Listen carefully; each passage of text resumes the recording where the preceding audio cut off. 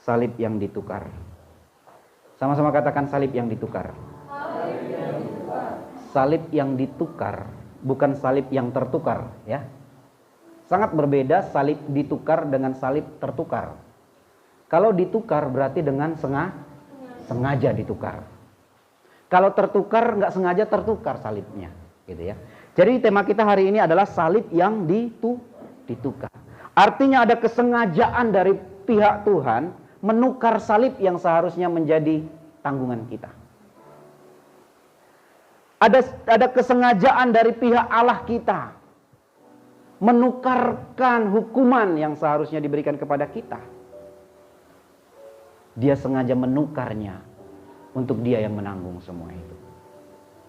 Itu sebabnya tema kita hari ini adalah salib yang ditukar. Saudara bisa melihat di sana sesungguhnya penyakit kita lah yang ditanggungnya. Kesengsaraan kita lah yang dipikulnya. Sementara orang semua menuduh dia kena kutuk. Oh, dia penjahat, dia orang yang tidak baik. Saudaraku,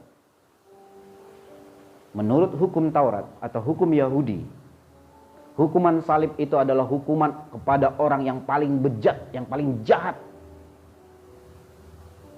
Saudara bisa bayangkan Yesus mengambil posisi itu untuk menggantikan saudara dan saya. Salib itu sebenarnya salib saudara. Sama-sama katakan sebenarnya salib kita. Salib yang Yesus alami, yang Yesus tanggung itu sebenarnya milik kita. Karena yang berdosa bukan dia, tapi kita. Yang mengerti katakan amin. Karena yang berbuat sebenarnya kita, bukan Yesus. Yesus adalah manusia suci yang tidak bernoda, tidak bercelah, tidak berdosa. Tapi salib kita itu ditukarnya. Biar aku, kata Tuhan. Itu sebabnya salib yang ditukar. Digantikannya posisi saudara dengan dia. Kejadian itu saya mau katakan sangat mencekam. Tiba-tiba nanti kita hari Jumat akan perayaan itu ya. Kita masih persiapan ini, persiapan. Hari Jumat kita perayaan. Memperingati Jumat Agung. Kenapa saya katakan mencekam? Tepat jam 12. Tiba-tiba matahari tidak bersinar. Saudara, kegelapan meliputi daerah itu. Sampai jam berapa? Sampai jam 3 sore. Jam 3 sore, Yesus berseru, Eli, Eli lama sabachthani. Mengapa engkau meninggalkan aku? Yang artinya, iya Bapa, mengapa engkau meninggalkan aku? Setelah dia berseru demikian, Alkitab mencatat, lalu dia menyerahkan nyawanya. Saya harus jelaskan ini terus. Menyerahkan nyawa berbeda dengan diambilnya nyawa. Kalau saudara mati, nyawanya diambil. Tapi kalau Yesus mati, dia sendiri yang menyerahkan nyawanya. Amin. Dia yang menyerahkan memang dia sendiri. Bahkan ketika dia menuju ke kayu salib, ditukar artinya kesengajaan dia datang ke salib itu, saudara. Makanya ketika Petrus memotong salah satu pengawal imam ketua ya, kalau nggak salah. Yesus marah sama Petrus. Petrus, apa kamu kira saya nggak bisa panggil malaikat untuk nyelesain ini orang ini semua? Bisa. Tapi Yesus nggak lakukan itu. Karena dia dengan sengaja untuk menuju salib itu. Ada amin? Karena dia dengan sengaja untuk datang ke salib itu. Makanya saya ulangi sekali, bukan tertukar tapi sengaja ditukar. Dia menggantikan posisi kita. Salib itu adalah salibmu. Salib itu adalah salib kita, salib saudara dan saya. Tapi Yesus yang pikul. Bisa kasih kemuliaan bagi Tuhan Yesus Kristus? Kita ditukar. Sekali lagi saya katakan, Yesus tidak berdosa. Yesus suci, kudus. Siapa yang berdosa?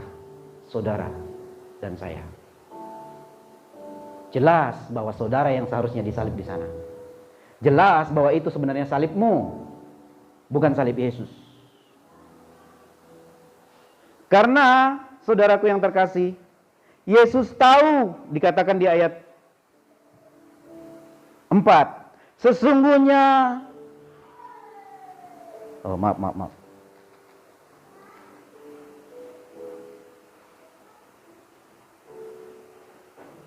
Kesungguhnya, ayat 4, penyakit kitalah yang telah ditanggungnya, dan kesengsaraan kitalah yang dipikulnya. Dari sana saudara bisa melihat pertukaran itu. Sebenarnya sakit kita yang ditanggungnya, kesengsaraan kita yang ditanggungnya. Saudara, itu secara jasmani saja sudah sangat mengerikan. Tapi saya mau katakan ada kesakitan dan kesengsaraan kekal. Dari situlah saudara diselamatkan. Dari kesakitan dan kesengsaraan kekal di dalam neraka. Dia tebus saudara. Dia bayar kita. Supaya kita tahu betapa mahalnya harga sebuah keselamatan. Sangat mahal Bapak Ibu Saudara. Harus dibayar dengan darah. Harus dibayar dengan mati. Dan Yesus tahu betapa menderitanya kehidupan orang yang masuk neraka. Yesus tahu betapa sengsaranya kalau nanti orang-orang ini masuk neraka. Yesus tahu. Itu sebabnya dia tidak, sebelum itu terjadi, dia harus turun sebagai manusia. Dia harus mati di kayu salib. Dia harus turun ke kehidupan orang mati selama 3 hari. Lalu bangkit lagi dari antara orang mati. Supaya semuanya diselamatkan.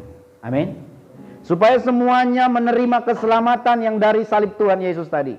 Bahwa kesengsaraan mula yang ditanggungnya. Maupun kesengsaraan hari ini maupun kesengsaraan kekal di dalam neraka. Dibayar semua itu di salib Yesus. Saudara, kalau hari ini engkau mungkin mengalami penganiayaan. Engkau mengalami tekanan. Engkau mengalami hinaan. Saya mau katakan, Yesus mengalami itu. Saudara pernah diludahi? Belum. Ada yang pernah? Saudara, pernah dianiaya? Belum juga. Kalau saudara ingin tahu penderitaan Yesus, kesengsaraan yang Yesus tanggung untuk menebus dosa saudara, bagaimana rasanya diludahi, bagaimana rasanya dihina, bagaimana rasanya dianiaya. Saudara nggak ngalami, saudara nggak ngerasakan itu. Karena Yesus sudah menggantikan saudara. Amin. Karena Yesus sudah menukar posisinya. Dia yang menanggung. Salibmu sudah ditukarnya. Meskipun di ayat lain Tuhan bilang, pikulah salib, pikulah kuk yang kupasang kepadamu. Itu bukan lagi salib kesengsaraan. Tapi salib rasa syukur kita kepada Tuhan. Amin. Salib rasa terima kasih kita kepada Tuhan. Seperti itu saudara. Ditukarkannya. Karena kalau Yesus tidak melakukan pertukaran itu, maka kita akan masuk dalam kebinasaan yang kekal dan tidak ada yang bisa menolong. Saya ulang ya. Kalau Yesus tidak melakukan pertukaran itu, maka kita akan masuk dalam kebinasaan dan kesengsaraan kekal dan tidak ada yang bisa menolong. Orang yang paling kau banggakan, yang paling kau andalkan pun tidak akan menolong engkau dari kesengsaraan itu. Kehebatanmu, kemampuanmu, kecakapanmu tidak menolong engkau dari kesengsaraan itu. Kekayaanmu, harta milikmu tidak menolong engkau dari keselamatan itu. Dari kesengsaraan itu. Saudara, Yesus melepaskan kita dari kesengsaraan itu. Dia tukarkan dirinya. Dia tinggalkan sorga mulia. Dari apa itu? Berarti dari G. Dia tinggalkan sorga mulia. Dia tahu tujuan ke bukit Golgota yang sepi, mati untuk mengganti aku. Dia tinggalkan sorga mulia. Dia tahu tujuannya. Dia tahu tujuannya. Ke bukit Golgota yang sepi, mati untuk mengganti aku. Kalau bukan kasih, kalau bukan kasih, laut akan kering, langit tak berbintang, langit tak berbintang, burung takkan berkicau, kalau bukan kasih. Surga hanya impian saja. Surga hanya impian, tiada sukacita kalau bukan kasih. Amin. Dia tinggalkan sorga yang mulia itu, dan dia tahu tujuannya. Maka Yesus disalibkan bukan karena nggak ada pilihan, tapi karena dia yang mau. Amin. Maka waktu dia berdoa, ya Bapa, sekiranya boleh, lalukanlah cawan ini daripadaku. Tapi ujungnya dia bilang apa? Tetapi bukan kehendakku, tetapi kehendakmu lah yang jadi. Haleluya. Saudara, kalau doa kayak mana? Tuhan, harus kayak gini Tuhan, harus kayak gitu, harusnya kayak ginilah Tuhan, aku maunya begini Tuhan, aku udah lama berdoa Tuhan. Yesus saja mengajarkan kita berdoa bagaimana? Bukan kehendakku, tapi kehendakmu. Itu saudara, karena kita yakin dan percaya bahwa rencana Tuhan lebih indah daripada apa yang kita pikirkan. Amin. Bahwa apa yang Tuhan pikirkan lebih besar daripada apa yang kita pikirkan. Seperti itu saudara. Nah, kenapa harus salib itu? Karena memang Yesus tidak akan mungkin melanggar hukumnya sendiri. Bahwa sudah menjadi hukum, upah dosa adalah maut. Yesus nggak mungkin menyelamatkan saudara hanya dengan perkataan, udah kamu nggak dihukum walaupun kamu berdosa. Nggak bisa. Karena Yesus tidak mungkin melanggar hukumnya sendiri. Bahwa setiap orang yang berbuat dosa akan mati, akan maut. Bahkan ketika zaman Adam dan Hawa, Allah berkata kepada Adam dan Hawa, jikalau kamu makan buah itu, kamu akan mati. Semua upah dosa adalah mati atau maut, kematian kekal. Seperti itu saudara. Roma 6 ayat 2-3. Silakan.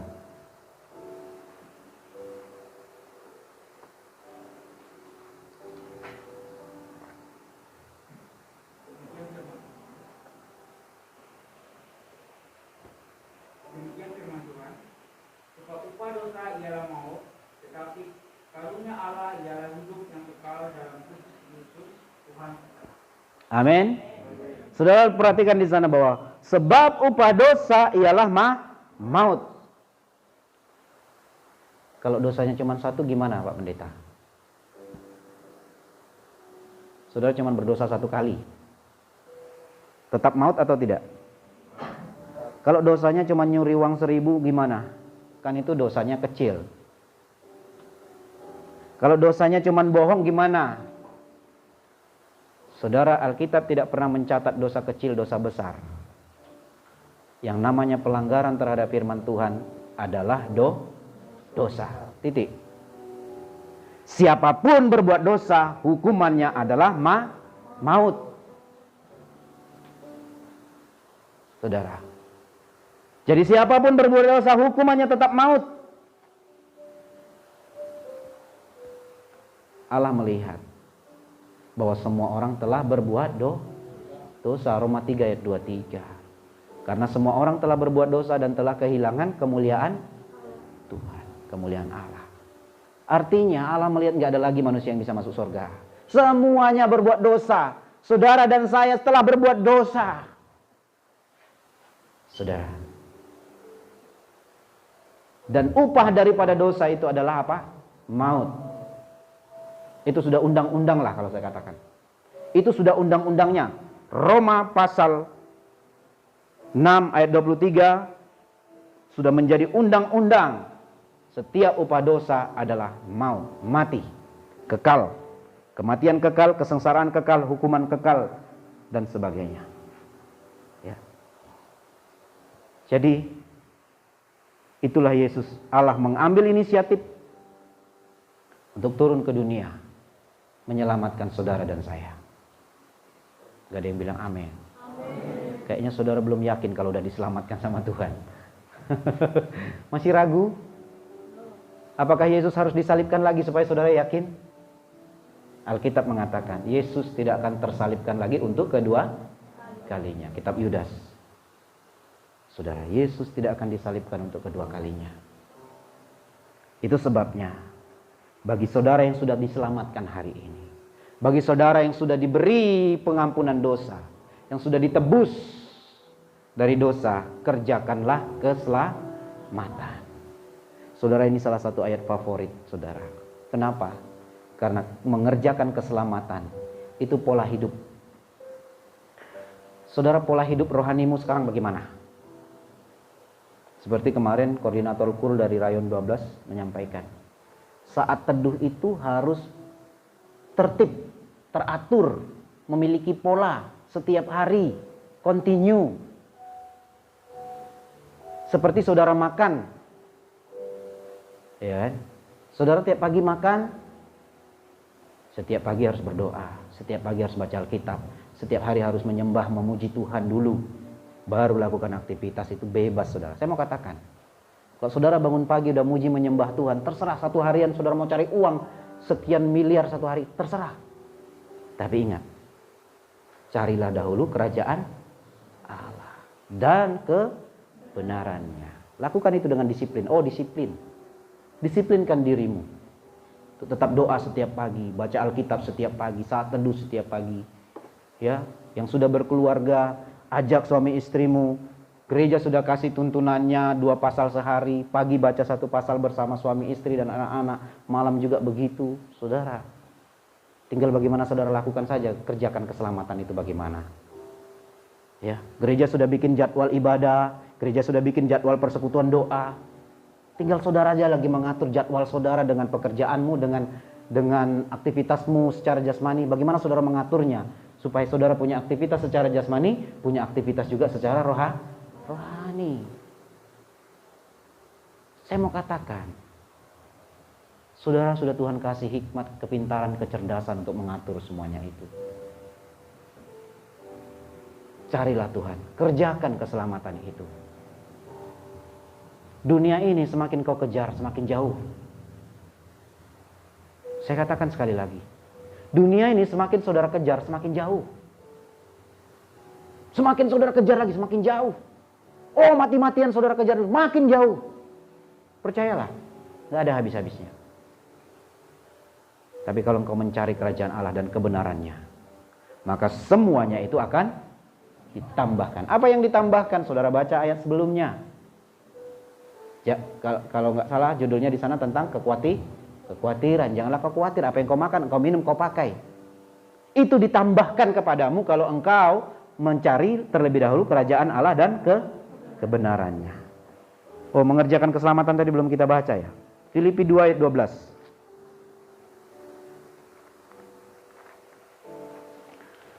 Sebagai orang yang sudah diselamatkan, sebagai seorang yang telah ditebus dengan darah yang mahal, saudara yang terkasih harus mengerjakan keselamatan itu. Ya. Filipi 2 ayat 12. Sama-sama 1, 2, 3 ya. Hai saudara-saudaraku kasih, kamu senantiasa taat, karena itu tetaplah kerjakan keselamatanmu dengan takut dan gentar, bukan saja seperti waktu aku masih hadir, tetapi terlebih pula sekarang waktu aku tidak hadir. Amin. Kerjakanlah keselamatanmu itu dilihat atau tidak dilihat oleh pimpinanmu, dilihat atau tidak dilihat oleh pendetamu atau gembalamu. Itu maksudnya Paulus di sana. Walaupun aku nggak ada, kerjakan keselamatanmu. Tetaplah kau rajin ibadah, tetaplah kau berdoa, tetaplah kau membaca Alkitab setiap hari. Itu maksudnya. Sekalipun nggak ada yang tahu, sekalipun nggak ada yang nengok. Itu namanya mengerjakan keselamatan. Saudara, keselamatan itu kalau nggak dikerjakan akan Tuhan ambil, dipindahkan kepada orang lain yang mau mengerjakan keselamatan itu. Makanya ada perumpamaan tentang talenta. Apa pertanyaan tentang perumpamaan talenta? Tentang kerajaan Allah itu bagaimana? Oh, tentang kerajaan itu seperti seseorang yang akan bepergian jauh. Lalu dia memberikan 1 talenta, 2 talenta, dan 5 talenta. Siapa yang mengerjakan talenta akan ditambahkan talenta yang baru. Tetapi siapa yang tidak mengerjakan talenta, daripadanya akan diambil kepada orang yang mau mengerjakan talentanya. Sama, saudara. Keselamatan yang sudah Tuhan berikan kepada kita, itu harus kita pertahankan. Bagaimana cara mempertahankannya? Mengerjakan keselamatan itu. Ketika saudara beribadah, ketika saudara berdoa, ya, ketika saudara melakukan kehendak Tuhan, perintah Tuhan, banyak dalam Alkitab. Itu makanya nanti kita masuk dalam amanat agung untuk memahami apa yang Tuhan suruh kita lakukan untuk mengerjakan keselamatan kita. Seperti itu, saudara. Jadi sekalipun engkau sudah diselamatkan oleh darah Yesus, bukan berarti kita bisa mempermainkan kasih karunia itu. Enggak bisa. Kita harus tetap kerjakan. Engkau harus tetap punya aktivitas rohani. Engkau harus tetap punya aktivitas iman. Supaya imanmu punya otot untuk mengalahkan iblis. Olahraga iman, itu yang saya maksud, saudara. Sebagai rasa syukur. Jadi salib yang kita pikul bukan lagi salib penghukuman. Ya. Kuk yang kita pikul bukan lagi kuk penghukuman. Tapi kuk kasih daripada Tuhan. Kuk syukur. Makanya Tuhan bilang, sebab kuk yang kupasang itu enak dan ringan. Saudara tahu, nggak mungkin Tuhan suruh sesuatu buat saudara untuk membuat saudara menderita. Nggak mungkin. Untuk membuat saudara hancur atau jatuh. Kalau Tuhan suruh, asal saudara mau taat saja, pasti Tuhan akan terlibat. Tuhan akan timbal balik kepada saudara. Tapi ingat, lakukan keselamatanmu itu sebagai rasa syukur. Haleluya. Dengan apa kan ku balas segala kebaikanmu? Segenap hati kami, segenap hatiku menyembahmu Yesus. Kami bersyukur, ku bersyukur pada dengan apa akan ku balas segala kebaikanmu. Segenap hatiku menyembahmu Yesus.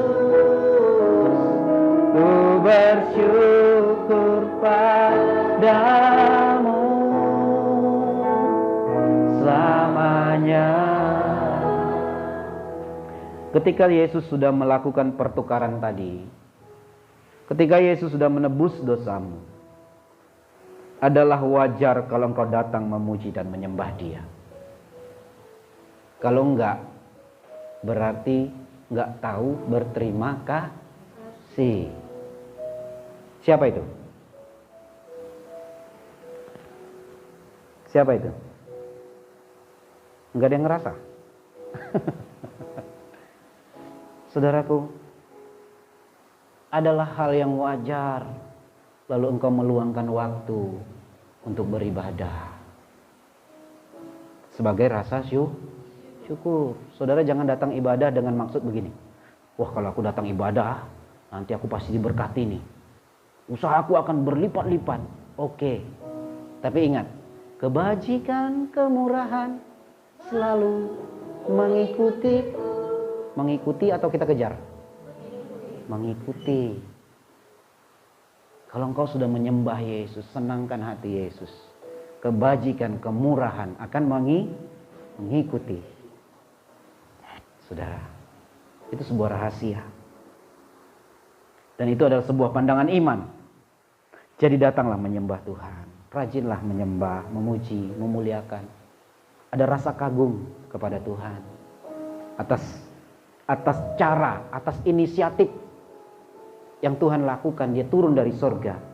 Saudara bersyukur atas inisiatif itu, sehingga kita tidak perlu lagi ngoyo-ngoyo, ya, ngoyo kalau bahasa Jawanya. Supaya masuk sorga saya harus begini, supaya masuk sorga saya masuk begini. Sementara sudah jelas-jelas orang berdosa nggak ada yang masuk sorga. Emangnya kebaikanmu bisa kau pakai untuk membayar dosa-dosamu? Nggak cukup. Kalaupun kau berbuat baik hari ini, karena engkau sudah diselamatkan oleh Tuhan. Amin. Kalaupun engkau hari ini melakukan yang terbaik dalam hidupmu, karena kau bersyukur, Tuhan lebih dulu membuat yang terbaik dalam hidupmu. Saudara, jadi kerjakanlah keselamatanmu. Bilang sama kanan kirinya, kerjakan keselamatanmu. Ya. Amin. Kerjakan. Waktunya ibadah ya ibadah. Waktunya kerja ya kerja. Waktunya melayani ya melayani. Semua ada waktunya. Maka di sana engkau terus berjalan dalam tuntunan Tuhan. Yang kedua, kalau kau sudah diselamatkan, engkau punya tanggung jawab. Ya, mungkin saudara sering dengar ayatnya. Matius, amanat agung Tuhan kita Yesus Kristus. Matius 28 ayat 16 sampai 20. Kita bahasa responsorial lagi ya.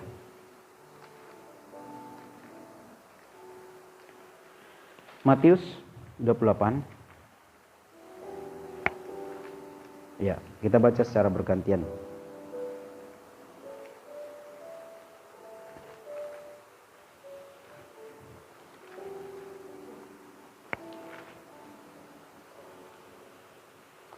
Dan perikopnya di sana perintah untuk memberitakan Injil. Apa saudara?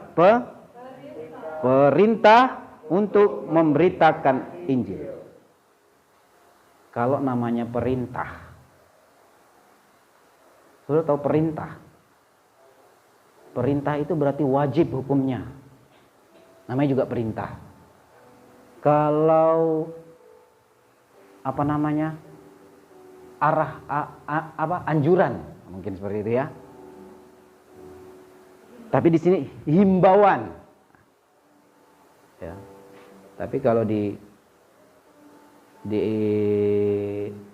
instansi tertentu, kalau komandan sudah bilang himbauan, nggak ada istilahnya tawar-menawar juga. Seperti wajib juga walaupun dibilang himbauan. Oke, saya baca ayat 16. Dan ke-11 murid itu berangkat ke Galilea, ke bukit yang telah ditunjukkan Yesus kepada mereka. Jika mereka menyembahnya, tetapi Yesus mendekati mereka dan berkata, kepadaku telah diberikan segala kuasa di sorga dan di bumi. Karena itu pergilah, jadikanlah semua bangsa muridku, dan baptislah mereka dalam nama Bapa dan Anak dan Roh Kudus. Dan ajarlah mereka melakukan segala sesuatu yang kuperintahkan kepadamu. Dan ketahuilah, aku menyertai kamu senantiasa sampai kepada akhir zaman. Katakan, amin. Saudara, ini pesan terakhir atau amanat atau wasiat. Ya. Kalau sudah diwasiatkan seperti itu, wajib dilakukan. Saudara sudah ditebus, sudah dibayar lunas, sudah dikasih berkat dan sebagainya. Saudara, sebagai rasa syukurmu, engkau harus memberitakan Injil sampai ke ujung-ujung bumi di ayat lain. Sampai dimanapun, artinya dimanapun kau berada, kau harus memberitakan Injil. Kenapa? Tuhan ingin semua orang diselamatkan melalui penebusannya di kayu salib. Amin. Orang Yahudi sampai hari ini masih berusaha menutup keselamatan itu. Saudara, mereka masih berusaha mengubur tentang Yesus. Gak usah dunia tahu tentang Yesus. Maka di dalam kitab saudara akan ada ditemukan sana dusta mahkamah agama. Apa dustanya? Oh, Yesus gak mati, gak bangkit. Yesus itu diagali dengan murid-muridnya. Itu dusta mahkamah agama. Bayang saudara, sebuah institusi. Alkitab nulis loh. Dusta mahkamah. Karena apa? Keselamatan itu ditutup sampai hari ini. Jangan sampai orang selamat. Karena itu visinya iblis. Nah. Tetapi Tuhan tetap perintahkan kepada kita. Jadikanlah semua bangsa muridku.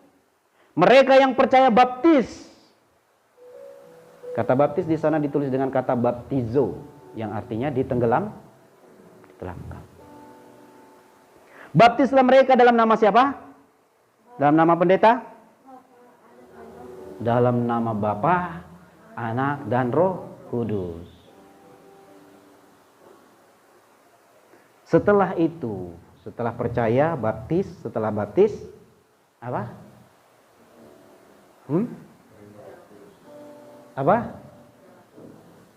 Ajarlah mereka melakukan segala sesuatu yang diperintahkan Tuhan. Di mana mereka belajar? Di gereja. Seperti hari ini kita sedang belajar perintah Tuhan. Ya tidak harus di gereja juga, saudara, sambil makan pun ngobrol bisa juga. Tetapi Yesus juga berpesan kepada Petrus, gembalakanlah dombaku. Ajar mereka melakukan segala yang aku perintahkan.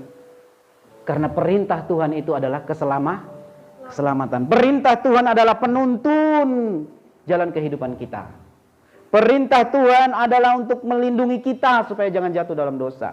Perintah Tuhan itu seperti rambu-rambu yang tidak boleh kita langgar. Kalau kita langgar, kita masuk jurang. Itu perintah Tuhan. Jadi, melalui peringatan kematian Tuhan Yesus, saya mengajak jemaat, tadi pagi saya juga sampaikan, jangan ada yang melewatkan hari Jumat nanti. Ada amin? Saya sengaja kosongkan kul hulu, kul hilir, dan kul pemuda, supaya semuanya fokus di ibadah hari Jumat, jam 3. Saudara, saya rindu setiap jemaat mempersiapkan diri. Karena itu tergantung imanmu. Kau dapat sesuatu atau tidak dari Tuhan. Sama seperti ketika Tuhan menyembuhkan orang sakit, selalu dia berkata, imanmu yang menyembuhkan kau. Makanya kalau saudara nggak persiapkan hatimu, bagaimana Tuhan bisa melawat hatimu? Makanya saudara persiapkan dulu hatimu. Semua tanpa terkecuali.